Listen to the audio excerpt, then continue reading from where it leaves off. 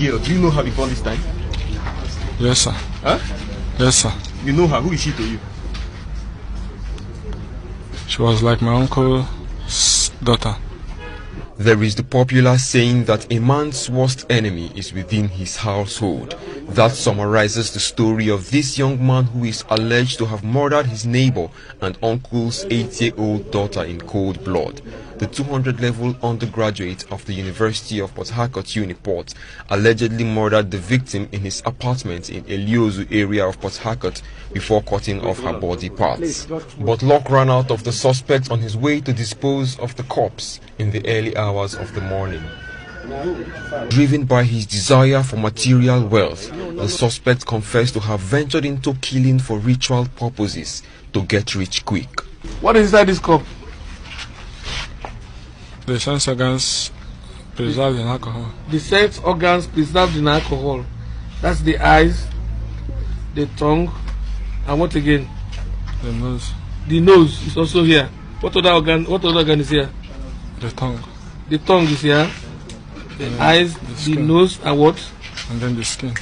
And the skin. Okay, the skin that you chopped off from our forehead. It's okay. The victim's father narrated his ordeal from the last time he saw his daughter till when she was found dead. I left my daughter 7 o'clock in the morning yesterday when she told me that there's no bread for tea. Then I bought the bread for her, then she went back. When I came back from work around 3 o'clock, I get to freshen up, go to my wife's shop. From there they said they're looking for my daughter Victory. She comes to Miss. Around 1:30, the security men ran to me. They said, you are looking for your daughter, come and see your daughter, we'll call the man. I was with my bosses, and I ran with the security, one man and a woman, which I believe the woman is the man's husband. The man, there's wound all over his body.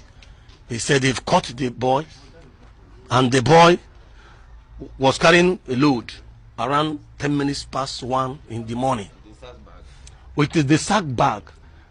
Then when they confronted him, where are you going? He want to throw dust pail. Reaching there, I saw the police. Then when I looked the sack, I said, "Where's my daughter?" They showed me the sack bag. As I opened it, I saw my daughter.